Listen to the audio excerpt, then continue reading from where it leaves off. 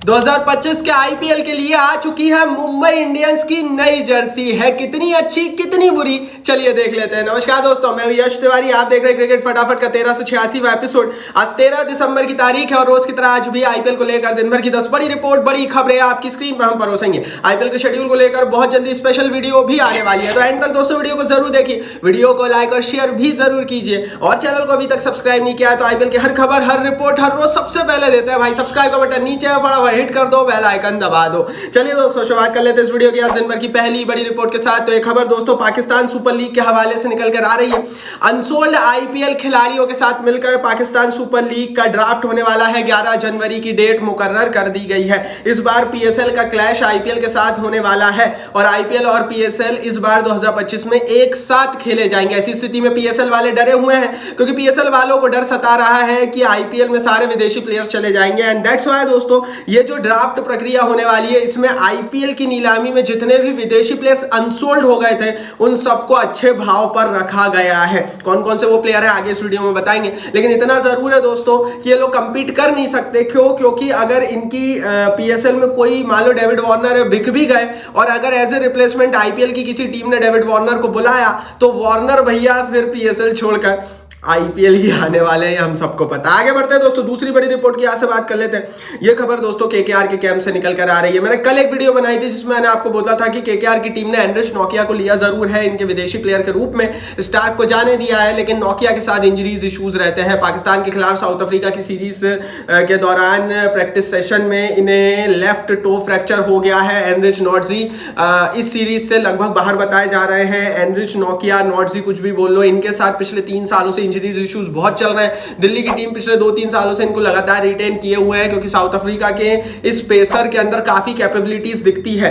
लेकिन भैया अगर आप हर साल ही इंजर्ड होकर बैठ जाओगे तो टीमों को आपका फायदा मिलेगा नहीं। इस बार केकेआर ने लिया है ताकि वो मिचेल स्टार्क की कमी और जगह को ले सके, लेकिन मुझे नहीं लगता ले पाएंगे क्योंकि जिस तरह से इंजरी हुई है ये पूरा सीजन ही इंजर्ड रहते हैं, पूरा साल ही इंजर्ड रहते हैं। अब फिर इंजर्ड हुए, कब तक कैसी वापसी होगी अभी तक तो कोई ऐसी खबर है नहीं। बाकी आगे इस पर जो भी रिपोर्ट आएगी हम आपको बताएंगे। हमारे यूट्यूब चैनल पर तो देंगे ही देंगे खबर, टेलीग्राम की लिंक नीचे डिस्क्रिप्शन बॉक्स में, वहां ज्वाइन कर लो, वहां भी खबर देंगे। और इंस्टाग्राम की लिंक भी डिस्क्रिप्शन बॉक्स में हर रोज 1 मिनट का क्रंच आईपीएल कंटेंट डालते हैं, वहां भी ज्वाइन कर लो। आगे बढ़ते हैं तीसरी बड़ी रिपोर्ट की दोस्तों, यहां से बात करते हैं।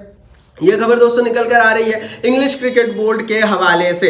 रिसेंटली दोस्तों लगभग 1 महीने पहले खबर आई थी कि इंग्लिश क्रिकेट बोर्ड की जो द हंड्रेड्स लीग होती है उनकी टीमों की नीलामी इंग्लिश क्रिकेट बोर्ड करना चाहता है और आईपीएल की टीमें इंटरेस्टेड थी। उस समय खबर ये थी कि आईपीएल की टीमों का नाम बदलना चाहती है। लंदन की टीम का नाम लंदन सुपर किंग्स हो सकता था, लेकिन अब इस पर एक नया पेच आ गया है। इंग्लिश क्रिकेट बोर्ड ने साफ कह दिया है कि भैया हम आईपीएल को टेक ओवर नहीं करने देंगे हमारी लीग। उन्होंने क्लियर कहा है कि American businesses also interested in our league और अमेरिकन बिजनेसेस के साथ भी बातचीत चल रही है। मेरे हिसाब से इस समय अगर हम क्रिकेट और स्पेशली क्रिकेट की बात करें और यहां पर अगर हम टीम और फ्रेंचाइजी ओनरशिप की बात करें तो इसमें आईपीएल टीमों का कोई सानी नहीं है क्योंकि आईपीएल में बहुत पैसा बन गया है। मुझे नहीं लगता कोई दूसरा अमेरिकन बिजनेसमैन आकर इनकी टीमें इंग्लिश क्रिकेट बोर्ड की खरीदेगा द हंड्रेड्स में खिलाने के लिए। तो ले देकर दोस्तों कितनी भी बातें कर लें, गीदड़ भपकिया दे लें, होने वाला इनसे कुछ नहीं है। आगे बढ़ते हैं, चौथी बड़ी रिपोर्ट की यहां से बात कर लेते हैं। यह खबर दोस्तों निकल कर आ रही है अनसोल्ड खिलाड़ियों के हवाले से। कुछ बड़े बड़े नाम सामने आए हैं जो कि पीएसएल के ड्राफ्ट का हिस्सा होंगे, जो कि आईपीएल में अनसोल्ड हो गए थे। Kane Williamson, Steve Smith, David Warner, Akeal Hosein, Jonny Bairstow, Adil Rashid, Keshav Maharaj, वो सारे बड़े नाम, विदेशी नाम जो कि पाकिस्तान सुपर लीग में दिखेंगे, जो कि इंडियन प्रीमियर लीग की नीलामी में अनसोल्ड हो गए थे। अब यार देखो ये वहां जैसा कि मैंने कहा जा सकते हैं, लेकिन आईपीएल का एक नियम कहता है कि जो भी प्लेयर्स आईपीएल की नीलामी में आया है वो through out the IPL season available होता है रिप्लेसमेंट के लिए। मतलब अगर कोई भी बड़ा विदेशी खिलाड़ी चोटिल होता है और टीमों को रिप्लेसमेंट की जरूरत होती है तो वह इनमें से किसी को बुला सकते हैं। एंड दैट्स व्हाई दोस्तों मुझे ऐसा लगता है कि ये पीएसएल का ये प्रयोग आईपीएल का जो बचा हुआ है जो प्लेयर है उनको लेने का वो फेल ही होने वाला है। आगे बढ़ते हैं दोस्तों, पांचवी रिपोर्ट की यहां से बात करते हैं। ये खबर दोस्तों निकल कर आ रही है संजीव गोयनका और लखनऊ सुपर जायंट्स की टीम के हवाले से। ऋषभ पंत लखनऊ सुपर जायंट्स की टीम में 27 करोड़ में गए।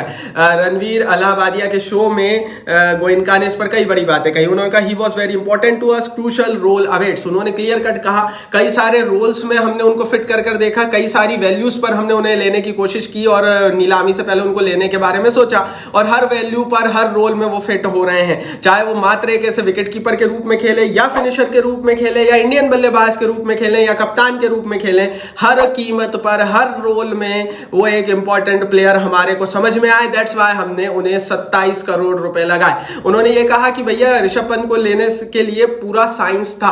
अगर हम उन्हें 20 करोड़ में लेने की सोचते तो हमें देखना था कि 20 करोड़ रुपए में वो कितना वर्थ हो रहा है। अगर हम उन्हें 25 करोड़ में देखते तो क्या उनके वो एडिशनल चीजें वर्थ हो रही है, वो भी हमें देखना था। एंड हर चीज में गोइंका यही बोल रहा है कि हर चीज में भैया जो पंत है वो सटीक बैठ रहे थे। दैट्स वाई लिया है। बाकी इस पर आप अपनी राय भी कमेंट बॉक्स में जरूर लिखिए। आगे बढ़ते हैं छठवीं बड़ी रिपोर्ट की दोस्तों, यहाँ से बात कर लेते हैं। तो ये खबर दोस्तों एतिहाद एयरवेज के हवाले से निकल कर आ रही है। जैसा कि हम सबको पता है चेन्नई सुपर किंग्स का जो प्रिंसिपल स्पॉन्सर है वो है एतिहाद एयरवेज, और उनकी नई फ्लाइट जो है उसमें चेन्नई सुपर किंग्स के रंग, लोगो, पोस्टर्स हमें देखने को मिले। तस्वीरें आप देख पा रहे होंगे किस तरह से इस प्रमोशनल फ्लाइट में एतिहाद एयरवेज प्रिंसिपल पार्टनर के रूप में हमें नजर आ रहा है। और यहां से हमें समझ में आता है कि भैया एतिहाद एयरवेज अपनी पार्टनरशिप चेन्नई सुपर किंग्स के एज ए प्रिंसिपल स्पॉन्सर, जो शर्ट के आगे नाम लिखा रहता है, कंटिन्यू करने वाला है। तो इस बार भी चेन्नई की जर्सी या बोल दे चेन्नई का प्रिंसिपल पार्टनर सेम रहेगा जैसा पिछले साल था, कंफर्म हो चुका है। लेकिन लेकिन लेकिन भैया मुंबई की जर्सी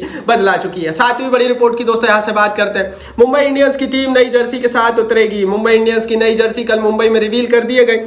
लॉरिट्स कुटसन नाम की जो कंपनी है, जो L&T की ही इलेक्ट्रिकल सप्लाई करने वाली कंपनी है, काइंड ऑफ सब्सिडरी है, उन्हें प्रिंसिपल स्पॉन्सर चुना गया है। ये जो एल के नाम की कंपनी है लॉरिट्स कुटसन, ये इलेक्ट्रिकल सप्लाईज, वायर्स और इस पर काम करती है, और यह मुंबई इंडियंस के सामने एज ए प्रिंसिपल स्पॉन्सर हमें दिखने वाली है। पिछले साल तक सैमसंग था, तो जाहिर है भैया कि नए जर्सी स्पाइस ने भी, फिर बीच में स्पाइस भी था, लेकिन अब नई जर्सी मुंबई इंडियंस की हमें देखने को मिलेगी।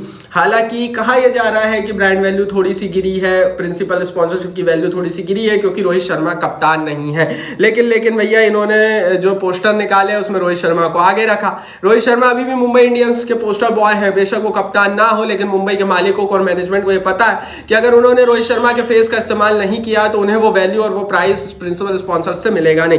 हालांकि ये नई जर्सी इनकी पिछले साल की तरह है, कुछ बदलाव है। कैसी लग रही है आपको कमेंट बॉक्स में बताना, क्योंकि आठवीं बड़ी खबर मुंबई के फैंस के हवाले से।